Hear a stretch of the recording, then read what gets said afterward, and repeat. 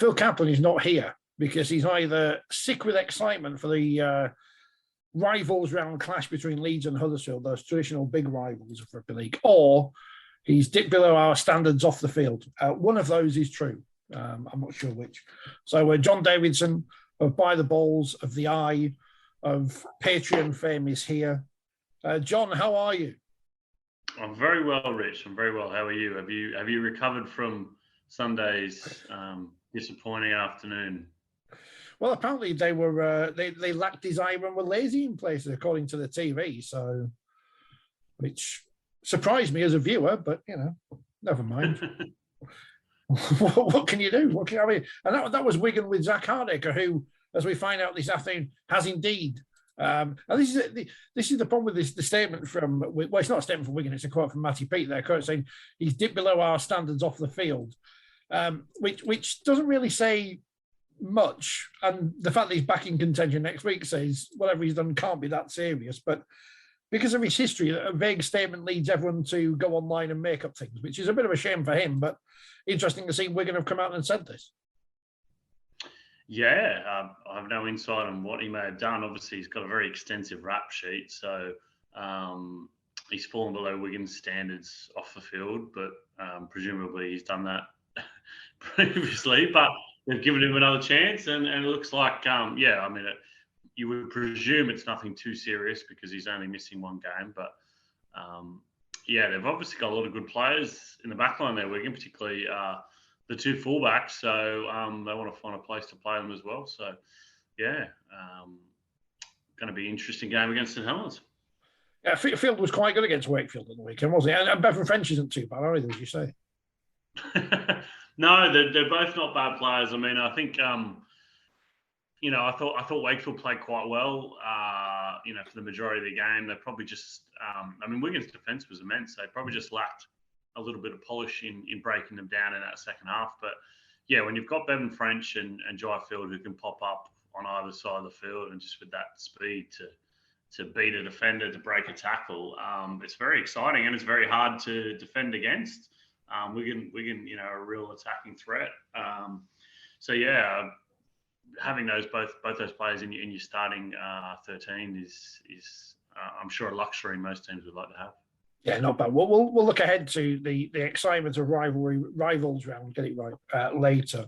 The other news today is that changes on the board of the RFL, but and someone who is going to join who we don't know yet because the realignment is still taking place, albeit very slowly. But I guess nothing really changes. The key people who have been there forever are still there on the board. Yeah, that seems to be the one constant in rugby league. It's generally a shuffling, isn't it? There's not usually a lot of new people coming in leadership positions or fresh faces. It's generally a shuffling around, and that's what it seems like we've got at the moment. Alignment is apparently very new, and everything's going to be amazing with alignment because we're all back together. Although we all were back together a couple of years ago. So how it's actually going to be different remains to be seen. But that is the Kool-Aid that we're being asked to drink. Don't get us the reputation of being cynical. We don't want people to think we're a cynical, negative program again. We're supposed to be positive now, and generally are. The NRL is ongoing. Nice to see it making headlines on the BBC this week because your fella got a 4-game ban for using a homophobic slur on the pitch. Is 4 games about the par for things in the NRL for that kind of indiscretion?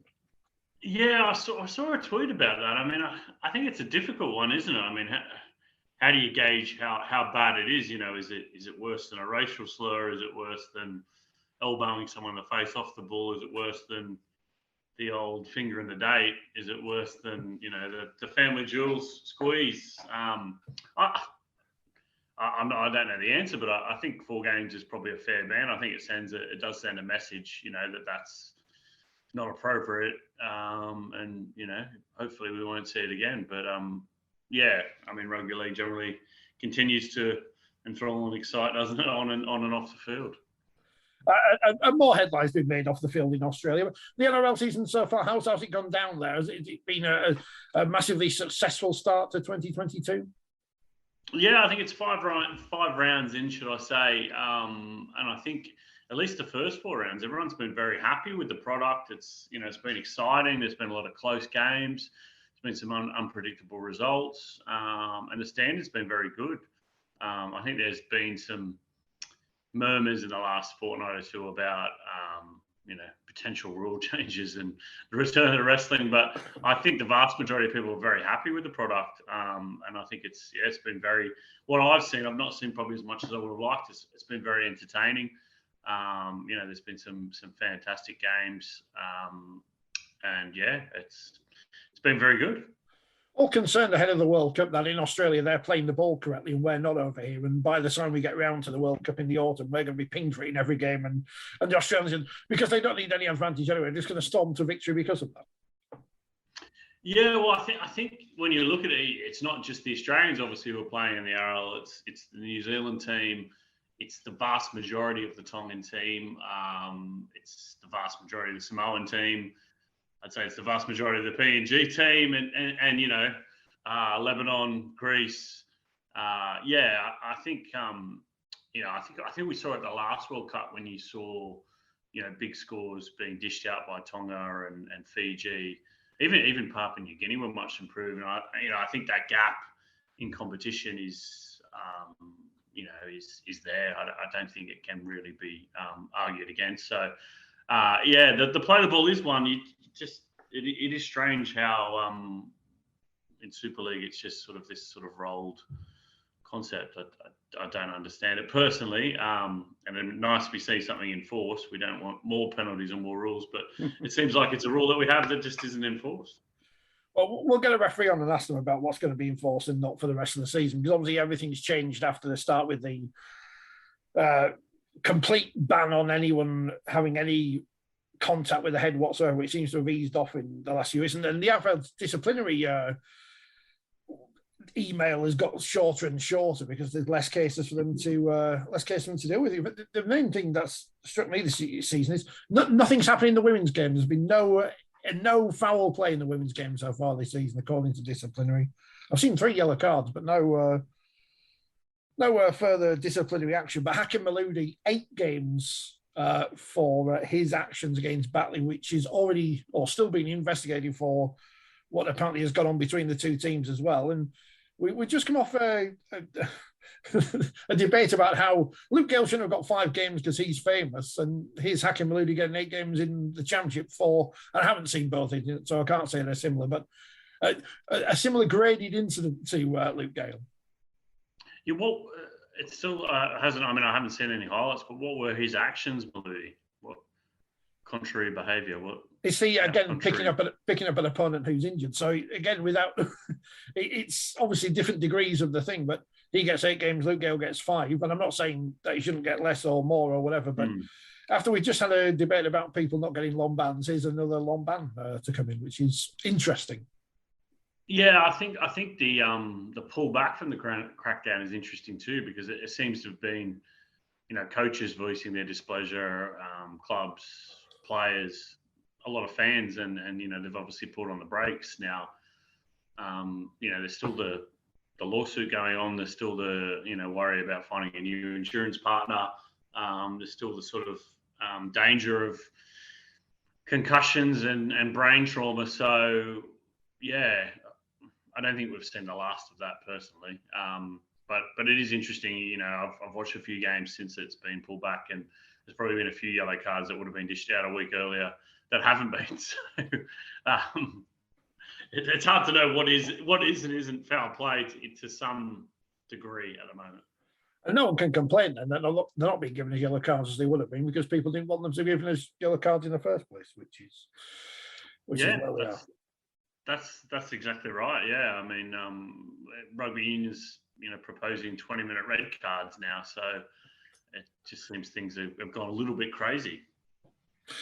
Going back to Australia, the NRL W Grand Final of 2021 has taken place.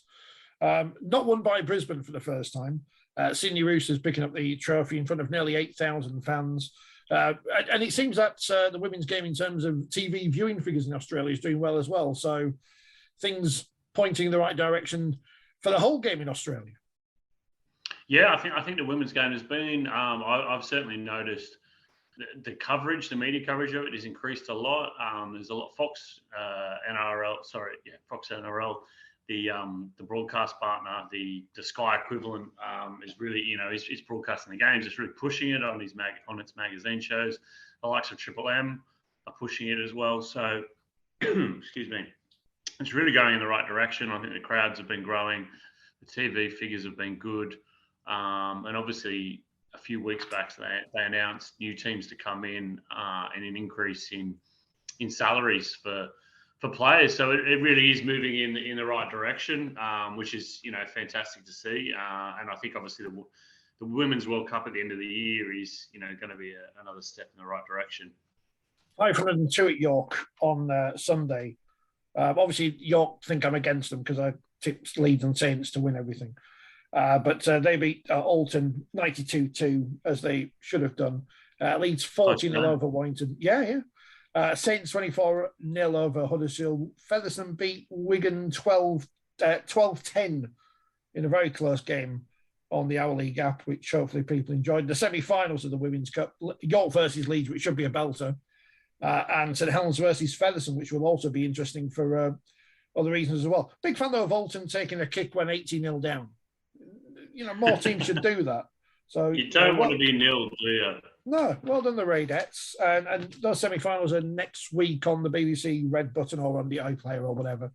And the final, of course, on semi-finals day to Ellen Road. And I've got to give the RFL credit because, we all think, they're going to do something ridiculous. But they've actually put the Saints Women game, is on first as we expected. Saints Wigan on straight after. So the Saints fans can go early and watch both games and then bugger off Hull KR versus Huddersfield. So amazingly brilliant scheduling there by the Rugby Football League. So double thumbs up to them. No, I think it'll be a really good day at Ellen Road, and hopefully capacity crowd or near capacity crowd. I have seen at least one person complaining about why the women's final isn't at Tottenham ahead of the men's final. I don't know the exact reason for that. I imagine it's down to the wear of the ground and cost of hiring usually. But is the 1895 Cup final? Yeah, it is. Yeah.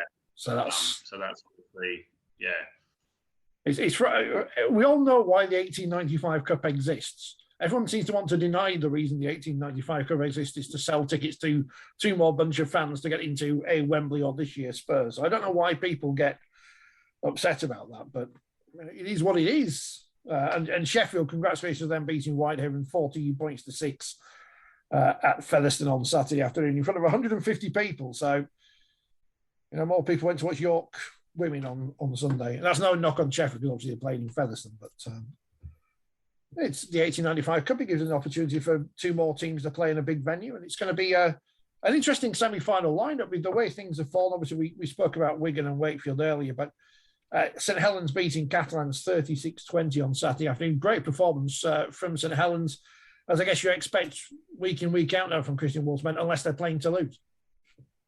Yeah, I mean that just seems to be the biggest anomaly you can find. I mean, what happened in Toulouse? Obviously, that game wasn't broadcast live, but yeah, I mean, full credit to Toulouse, because St Helens haven't looked like dropping any points. They've been slaying all commas, and they look well. They're obviously not impossible to beat, but they look very close to it. So yeah, I only saw glimpses of Saturday's game as I was at Steve Mascord's book launch in Huddersfield, Two Tribes, which is out now in the World Wide Web and apparently in bookshops and all that sort of thing.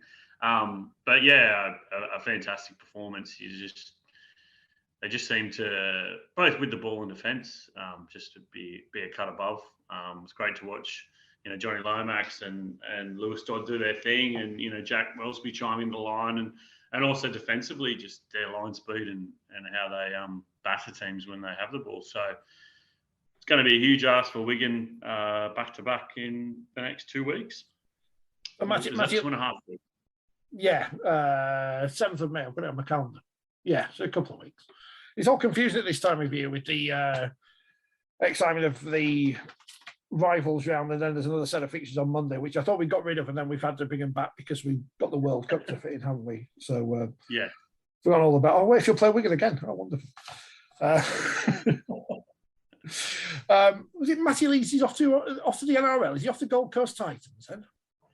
I've certainly been linked with it. Obviously, his old coach Justin Holbrook is there, and I think there'll be a number of St Helens players who have a lot of admirers, and that's what happens when you're playing in a champion team and you're performing at such a high level. So, it's going to be hard for St Helens to keep all their players. That's the point of a salary cap sport. Your value goes up and you want more money. So they've obviously shedded a few players at the start of this season, Lachlan Coote and Kevin Nagama. So it'll be interesting to see what happens to them in the off season. And obviously also their coach Christian Wolfer is out of contract as well. So he'll have no shortage of suitors down under. Is this your favourite time of year then? Because it is all linking people with one place to another, and you can fill your Patreon up with stories to annoy people because they have to pay to see who's going to be going here, there, and everywhere. Yeah, I actually speak to CEOs and coaches and directors and owners. I don't just pull it out of the ether. It is an interesting time of year. Obviously there's a May deadline, so players aren't supposed to be offered to other clubs, but as we all know, that isn't really adhered to.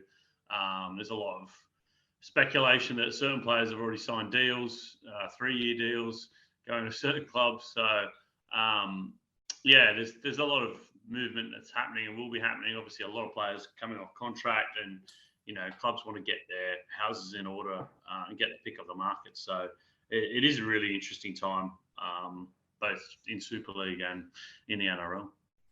Yeah, I only hear about gossip from the women's game in terms of transfers. I don't know anything about anything else because I don't know anyone and I don't do any work. So you're in Huddersfield for Steve Mascord's book launch number 333. I think he's doing one in Leeds later in the year. He's coming on the programme. I think he wants to do one in Wakefield as well, but I don't think it's very difficult to find somewhere in Wakefield where people read. So what can you do? But We'll get him into Wakefield eventually. Huddersfield 24, Hull 16. Huddersfield just keep it seemingly improving week on week, which is not good news for Leeds, obviously, this week, but good news for them going forward. Yeah, they've probably been the surprise packet, haven't they, this season? Last year was pretty tough for them. Watson's first year there. He's dipped back into the recruitment market, and I think, in Lola Hea and Farge, obviously two quality playmakers. Lola Hea's in fine form at fullback. We all know how good Theo Farge is his time at St Helens. And I think one of the keys has been Chris Hill. And I think if you look, it's not all down to him leaving Warrington, but he's left a big hole at Warrington, I think, in terms of leadership and culture. And, he's a competitor. He's a workhorse, and he's definitely added a lot to that pack at Huddersfield. So I haven't seen the table recently. You might know better than me, Rich, but are Huddersfield sitting second or third? They are third, just below Wigan and Saints by 2 points. Yeah, that's a fantastic position for Huddersfield. I think off the top of my head, their crowds have been up this year as well, which is a positive. Good times to be a Huddersfield fan. Yeah, they've got Leeds on Thursday. That should be a certain 2 points for them. No, in all seriousness, Leeds have had a week off, so they should be fresh. But, when it comes to Leeds, they still don't have a head coach. They still don't really have any decent halves. So, I still think Huddersfield will be favourites going into that game. And they'll be very confident. That's what happens when you're winning every week. You don't worry if you're feeling a bit sore and stiff, and things generally come off for you.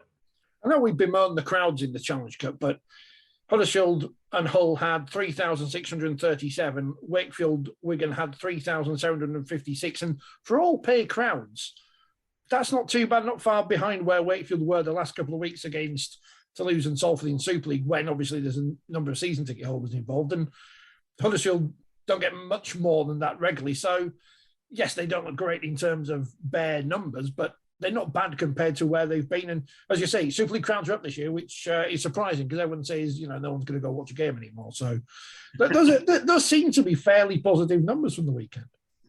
The game's gone soft, Rich. No, I think the Challenge Cup could probably do with its own sort of marketing push and, maybe a bit of a scheduling move, which, they've tried to do this year. It's obviously earlier. We've got a May final, don't we? Whether that's because of the World Cup or not, I'm not 100% sure. But yeah, I think the positive is, as you mentioned, Super League crowds are up. There's been a number of sellouts already. There's going to be a few sellouts this weekend, and that's a big positive. I don't think there's been a push in or an increase in marketing spend or ad spend. So, whether that's just people wanting to be out more or what, but I think the TV ratings that I've seen have been really positive as well, both, on Sky and Channel 4 and Premier as well. So, lots of positives. So many positives really going on. Well, the negative is we can't find out the TV figures anymore because they've changed the Barb website and you have to pay to get the details, which is a complete nightmare. Is that some sort of Tory money-grabbing conspircy? They're going to sell it off. I don't know who owns Barb. We'll get Nadine Dorries on the programme. We'll get her on. She'll know. But she won't know. Yeah, but it's too much positivity about viewing figures, attendances.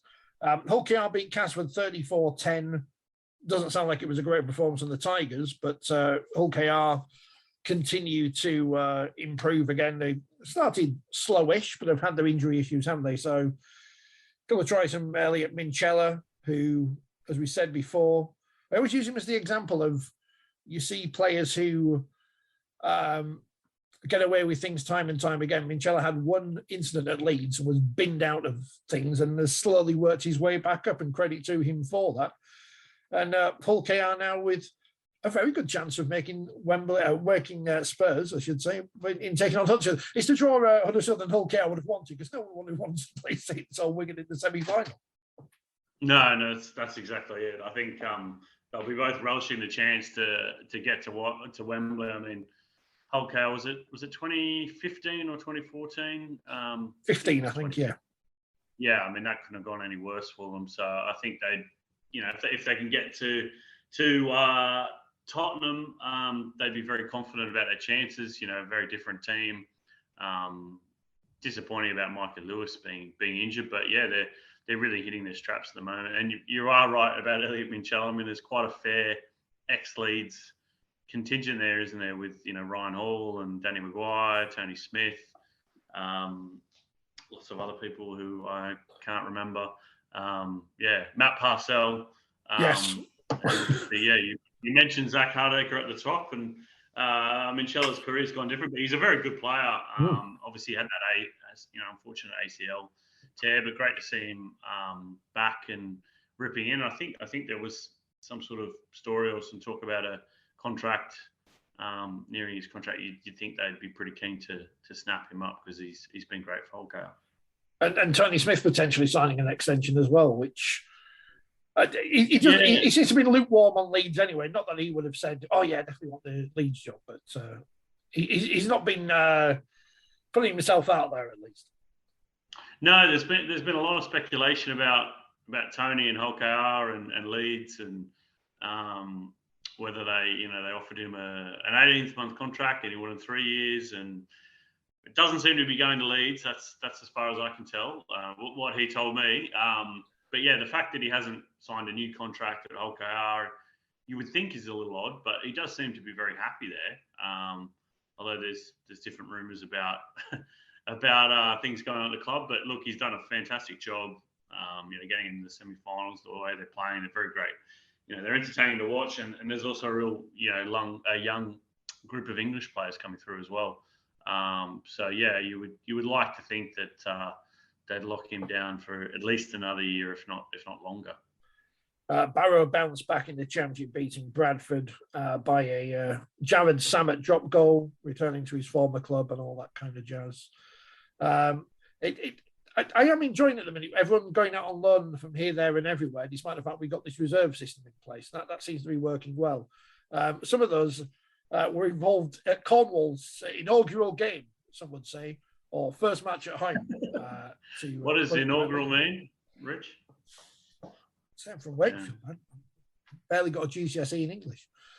Cornwall 40, Midland 60. Cornwall, who signed a dual registration agreement with Bradford, and Midlands, who got a couple of Bulls players on loan, including Fogging Johnson, who scored for them. But 60 points to 14, 14 up at half time, 1,473 there. This is an interesting test for Eric Perez's skills, because at Toronto, they were always going to storm through League One in their first season with the signings they made.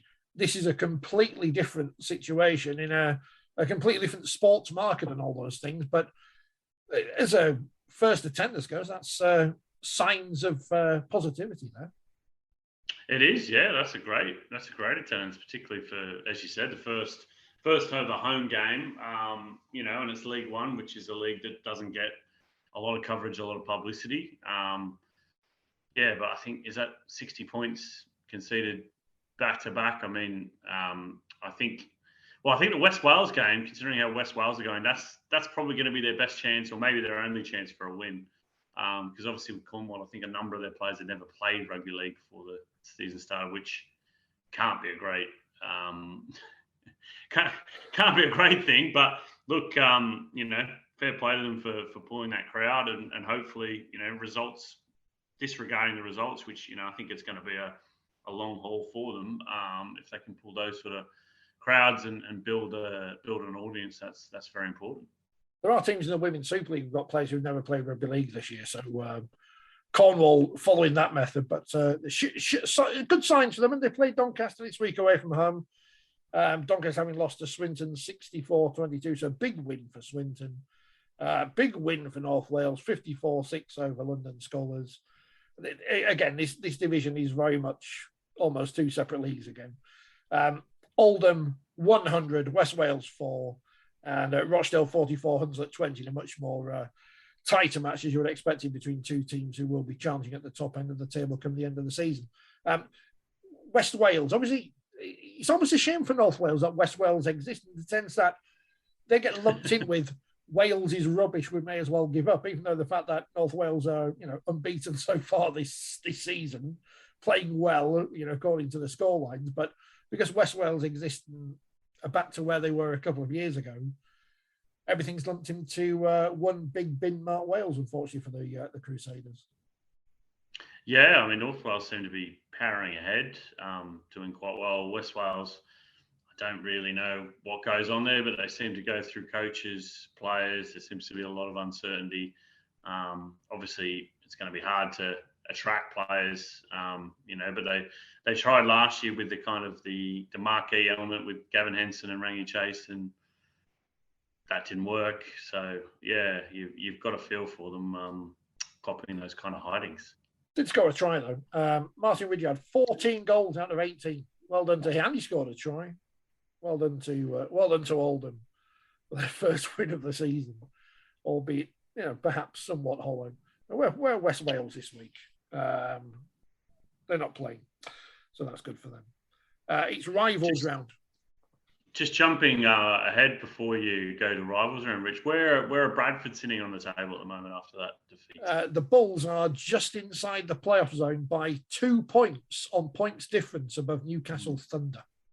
So they've not obviously set the world alight. Do you think, John Keir might be under a bit of pressure there? Well, you would think so, wouldn't you? As a super coach, but does he have the players? Are the players available to him? Is there money at Bradford? I don't know. I think there's more money at Bradford than probably most clubs outside of Liam Featherstone in that division. Maybe one or two other, but yeah, it's not been. I think if you're a Bradford fan, the talk of a promotion push over the last 2 seasons has not materialised. Maybe it's smarter not to spend that money when Featherstone and Lee are throwing it around and save it for a future season. I don't know. I'm just trying to be put a positive spin on that. But yeah, 4 wins, 3 defeats. I think that you've got to give them credit for coming back from a big deficit against Barrow. What was it? 8-4 down at half time. I can't work it out, but they had to score 2 tries in the last 10 minutes to try and get onto terms. So there's some fight back there. But yeah, you'd say if they're below, you wouldn't expect them to be below Barrow, would you? and no disrespect to No. Barrow or Widnes in terms of the way they've been in the last couple of years. So No, that's right. it's a tricky one. They've got their big derby this week against Halifax, which is the big derby if you ignore everything that went on. Well, that was the traditional big derby for Bradford, I should say. Or was it Huddersfield and Halifax? I don't know. It's rivalry round, which starts off well and then ends up with like Warrington Salford. You think, no, they're not really rivals, but we've got to sell it somehow. They're kind of close though. They're kind of close. They're trying. The Super League are trying, so we can't knock them. And I've got to say, in terms of the Challenge Cup, I play my games on my phone. I keep getting these videos to buy Challenge Cup tickets. So, you know, they're trying their best, even if Mrs. Horton's on there trying to sell me Challenge Cup tickets. Well, I haven't seen the videos trying to get you to buy tickets, but I thought the Sunday game, Wakefield and Wigan, I thought it was great entertainment. You know, I think the BBC did a great job, and it was just a very entertaining game. You know, there's a lot of twists and turns. The young winger at Wakefield did some fantastic things. Unfortunately, dropped the ball in the second half when the try was begging. But yeah, it was a very entertaining game, and I thought, you know, that was perfect kind of Sunday afternoon fare. Yeah, I think Lewis Murphy spoke well on the TV afterwards as well, which you know, these young players need to get that experience of speaking to the worldwide audience watching, and he did well. Well, he scored one try. He was very good. They're making it look too easy now. The more we see these tries week in, week out, people aren't going to realise how difficult they are to score. But I think also the try stopped with the tackle in the corner. I can't remember the Wigan player did, but that was brilliant, knocking the ball loose. So I think it was his debut against Leeds early in the season, and it was a pretty hard debut for him. So, you know, good to see him, you know, bounce back and take his opportunity with Tom Johnston out. And I forgot to mention, speaking of Tommy Luluwai, well, he's almost as good as ever at the minute. It's bizarre. As long as he keeps his arse in his pants, that would be, we can hope. As an Australian, are you perturbed that Courtney Winfield Hill's chosen England? Well, no, it's funny you mentioned that, because I remember interviewing her last year. I think it was around April, May, and I put that question to her, and that was before the World Cup had been postponed. And she said, "Oh, you know, unfortunately, I won't have passed the residency." I was like, "Oh, okay." And you know, I didn't. I was planning to write up that story. I never wrote it up. Obviously, it's been a blessing in disguise, the World Cup for England, and been pushed back. So yeah, you know, very good player. One of the best players you would say in Super League, and you know, I think the halves such a key area. So she's also got experience of the NRLW, having a spell briefly with the Roosters. So yeah, Kangaland, get behind it. Kangaland, oh, fully behind it. I'll go buy the shirt. I think they're on sale for a tenner at the minute, which is exciting. I think Gary Schofield's burning them in Belle Isle somewhere in his backyard. He's got some knockoff ones. It's a busy week. I had forgotten we've got two rounds this week, and until I saw Gaz Carvelli was on a few weeks ago saying, you know, players aren't in favour of it, and you know, we had got rid of it, and now it's come back again, which is a shame. But what can you do? Doesn't mean we get to see Cass and Leeds on the telly on Monday, so that's fun. But before that, on Thursday, the first ever French derby in Super League. 25, 26, 27 years on from whatever it was, and Paris Saint-Germain. It's Catalans versus Toulouse. Maurice Lindsay's dream has finally come true.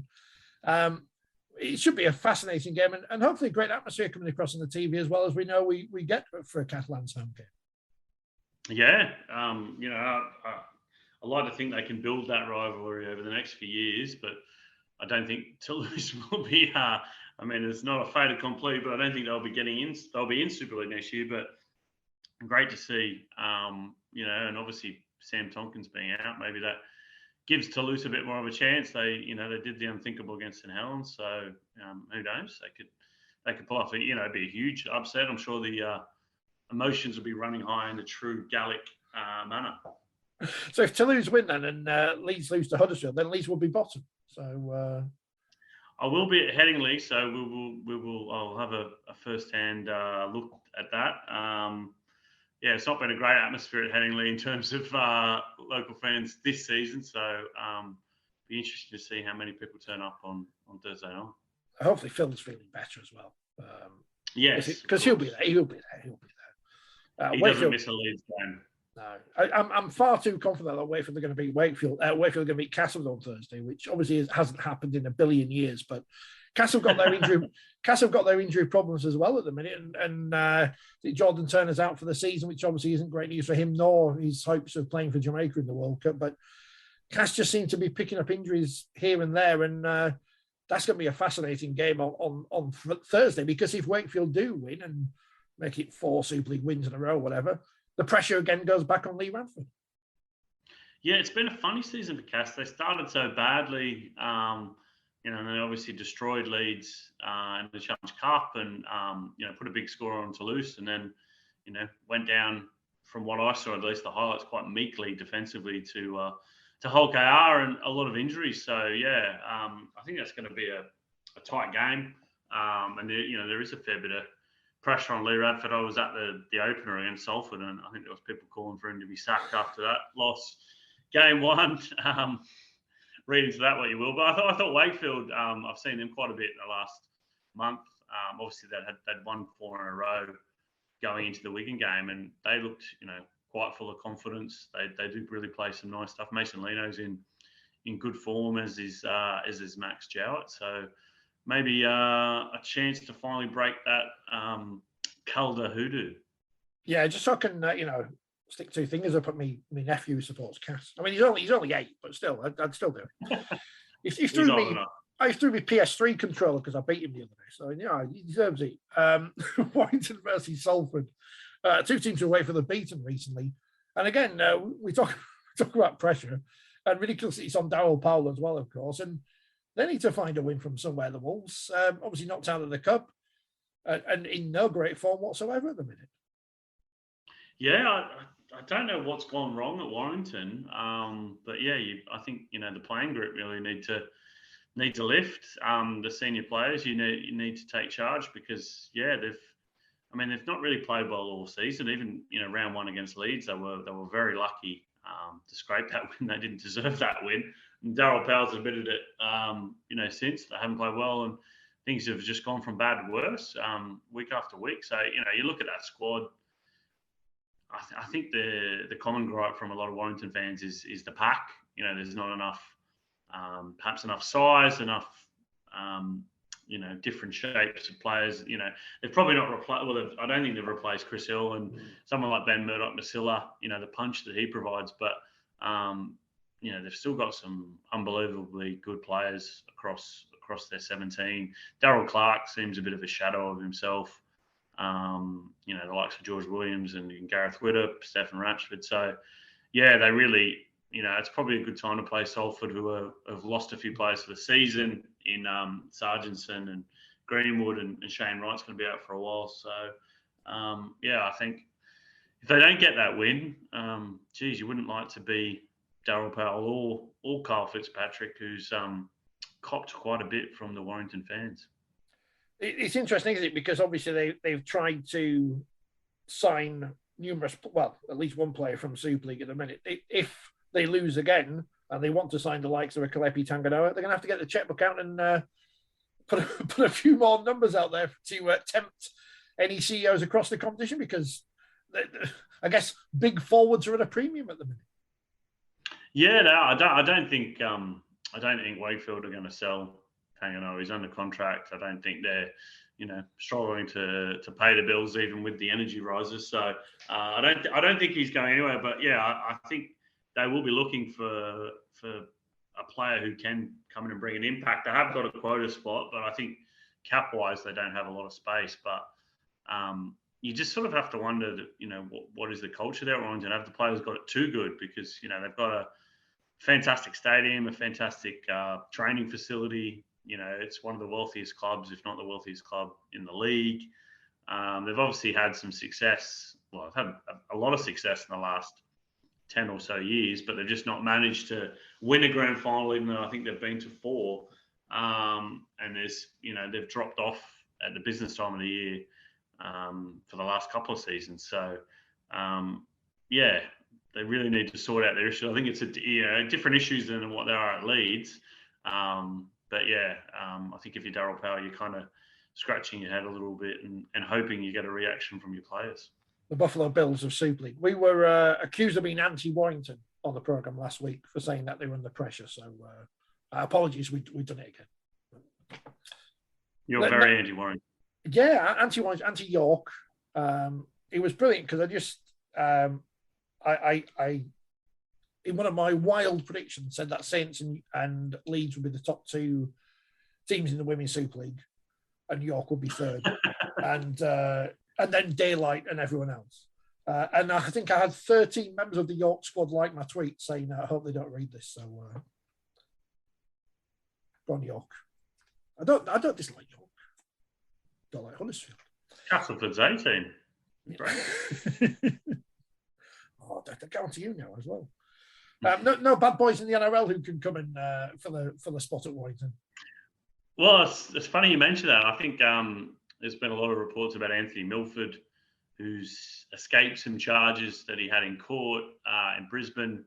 But I think it's unlikely that the NRL will allow anyone to sign him up because of some unsavoury activity, or alleged unsavoury activities in the video involving his partner and I think another woman. But yeah, I mean, he's a halfback. They don't need a halfback, Warrington. And I think the other player that's been linked is, it's been talked about as Blake Ferguson, who's had an unsavoury incident in Japan. But he's a winger, so they don't need a winger. No. I think it is really hard to work out how what's wrong at Warrington or how to fix it. But it just seems like the players are too comfortable. Maybe that there's a time for that squad to be, maybe I'm being a bit drastic, but maybe it's time for that squad to be, ripped up and start anew, a rebuild. I think they probably think they don't need that. And, it's not like they've got a really old team. I think they've got probably a good mix of ages, but there's just certainly something rotten in the state of the Harley Will Jones Stadium. Poor old Warrington. Let's get Wizzy Waskell or Wolfie to do something wacky. Well, that's the funny thing. They do a great job in marketing themselves, in promoting the support, in trying to engage the media. Just haven't had any success on the field this year or last. There's no word from Australia on who's going to be replacing Richard Agar. Gary's back. He's back now. He's back.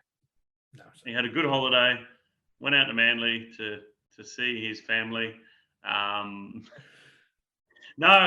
I've not heard anything. I think the same names keep getting mentioned. Obviously, Shane Flanagan, Ryan Carr, Cameron Serraldo, John Morris. I mean, basically anyone who's either an assistant coach in the NRL or a former NRL head coach. I think Shane Flanagan is very unlikely. As I've said before, he's got a job on Fox NRL, gets paid good money, I imagine, to commentate. And there's a number of coaches in the NRL under pressure. Obviously, Michael Maguire, the West Tigers, former Wigan coach. I'm sure there's knives being sharpened for him. Nathan Brown, former St Helens coach of the Warriors. They're not doing, outstandingly well. And Trent Barrett at the Bulldogs, they've only won one game. Former Wigan player. There's a number of coaches, I think, probably waiting there. Paul McGregor as well as another one. Paul Green. But I think with Leeds, what happened with David Furner, I think, he's obviously fairly well liked in the NRL fraternity. And, I think if you're looking at that situation where Leeds are, is that as enticing a job as it once was? I don't know. But yeah, I think they really do need to find that head coach very soon, because I think the current situation as it is really not working with the interim. And if you look at their performances since Richard Agar was moved on, or he stepped down, however you want to put it, they've probably gotten worse than regardless and better. Which is bizarre, but it's not supposed to work out that way. It's not supposed to work out that way when a coach leaves. That the performances get worse, but there you go. 2 games on Friday in Super League. The Hull derby, Hull KR versus Hull FC, and I guess you'd have to make Hull KR favourites for this one on home soil, and arguably, I know Hull FC are above them in the league, but only by a win. Probably playing the better rugby at the minute. Yeah, I think they are. They haven't won. They haven't won a derby for a while, though, have they? Was it that year they lost a 20-point lead or something that they always sing about? Yeah, I mean, I could be wrong, but I thought the stats said that they haven't won one in a while. But yeah, you think they would be slight favourites? I mean, I think it's fantastic that it's a sellout. Shame, obviously, Micah Lewis isn't available, but the likes of Jake Connor up against Lachlan Coote. It should be a fantastic occasion. They've won the last 3, Hull FC. There you go. Last win for Hull KR was 2019. I've got the In Touch email up so I could check. All these games seem to meld into one, but I remember being at the KCOM. I think it was pre-COVID, and did Hull FC put 50 on them? I think 56-12, yes. Yeah, I think it might have been one of Tim Sheen's last games. I don't think we'll get a scoreline like that on Friday, though. And I guess what will we get between St Helens and Wigan? Because on paper you think St Helens should win this one, and comfortably he's what is comfortable? He's 8 points comfortable. He's 20 points comfortable.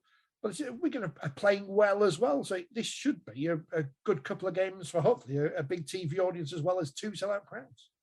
Yeah, I mean it's that old traditional rivalry, isn't it? And Wigan seem to be, in a much better place this season than they were last season. The camp. I mean, Zach Harlaker aside, seems a lot happier. Obviously, Jai Field is in sensational form. Every time he gets the ball, he looks like he's going to create something. Bevan French is back, and I think starting to find some form as well. Kate Custer's made an impact. I think the prop there, Patrick Mago, he really he looks a great signing. Just his ability to break tackles and offload. And John Bateman's getting back to his best as well. They seem a very happy bunch, and I think if anyone's going to knock St Helens off the perch, or at least put some pressure on them, is going to be Wigan. So I'm really fascinated to see how that game goes. Obviously they've got a repeat in a couple of weeks as well. So it'll be good to have a good test of St Helens. I think it'll be a tight game. I think it'll be probably more defensive focused. Hard to pick a winner. And the way the semi-finals and the women's final have been drawn, that should be a really good day of rugby at Ellen Road, because you've got obviously the Huddersfield Hull KR game between 2 sides who want to get to Spurs, Saints Wigan, which you don't need to sell, and then the women's game should be between 2 very good sides if everything went to form in the Saints Featherstone game. And if it's York, and then you've got the revenge from last year in the Challenge Cup. If it's Leeds, you've got revenge from the grand final or whatever. So that is a really good day of rugby league, all on free television. This is far too positive. Far too positive. All we need is 25 degrees and sunshine. Is that too much to ask? I've got sunshine in Wakefield, but I think it's about 15 degrees. I mean, it could be a bit warmer, but no, that should be a fantastic day at Ellen Road. Obviously a famous football stadium. I think the last rugby league game was 2018 England v New Zealand, which was dreadful, wasn't it? Well, for England at least.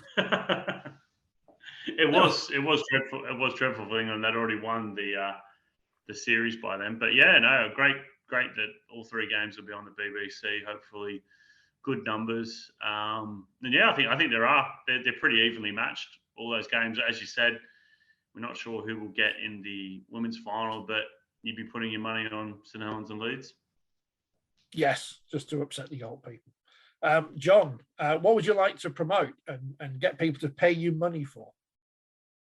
I would never dream of such a thing. As I told someone earlier today, no one puts a gun to your head to pay for anything. No, nothing to promote. No. But should have a nice Hull Derby story in the Eye on Friday, which you can go out and buy the newspaper. That's always nice. But it will probably be online for free as well. So if you're tight, then you can read it online for free. But nothing to promote. If you want to come, if you enjoy long reads and features and stories from the likes of myself and Steve Mascord and Ross Heppenstall, then there is a Patreon site out there for you. But if you don't, then no worries at all. Ross's story, Francis Maloney, definitely worth a read. Yes, in the Times, a very sad tale about a former player battling dementia. I think, as Ross puts in his story, there's usually two schools of thought, isn't there, Rich? One, you play that sport knowing that you could, end up with dementia in your 40s, or no one actually, knows that risk. So, The kids you see running around at Super League and Championship and League One grounds before games playing mini rugby, they don't know. And you don't know. No. You're doing it because you enjoy it. And unfortunately, as with everything, there's a risk, isn't it? Which is what you learn about later in life. But hopefully, Francis is as okay as can be. And hopefully, things change for the better. That's all we can hope, isn't it? And they make these decisions for reasons that are to protect people. But some people don't want to be protected. I don't know. John, we'll see you back in the studio again soon, no doubt. I mean, hopefully. Hopefully Phil's, I'm sure it is to do with Leeds and Huddersfield. He's just sick with worry about. I think, he could be the new coach of Leeds Rhinos. They could be unveiling him as we speak. He could do a lot worse. No, they could do a lot worse by appointing Scully. Obviously, his coaching record. Better than John Keir at Huddersfield. That's all I'll tell you. And Malreilly. They must have been bad at Huddersfield. Huddersfield were bad at that point. Yeah. John, a pleasure as ever. Enjoy Headingley tomorrow. And we shall no doubt see you again soon. And all you viewers, I don't know when we'll be back next week, with it being Easter week. Maybe on Wednesday again next week. I don't know. I'll have to check with Phil, see what he's up to. But thanks for watching and listening, and leave all your positive comments about how much you hate us, because we love it.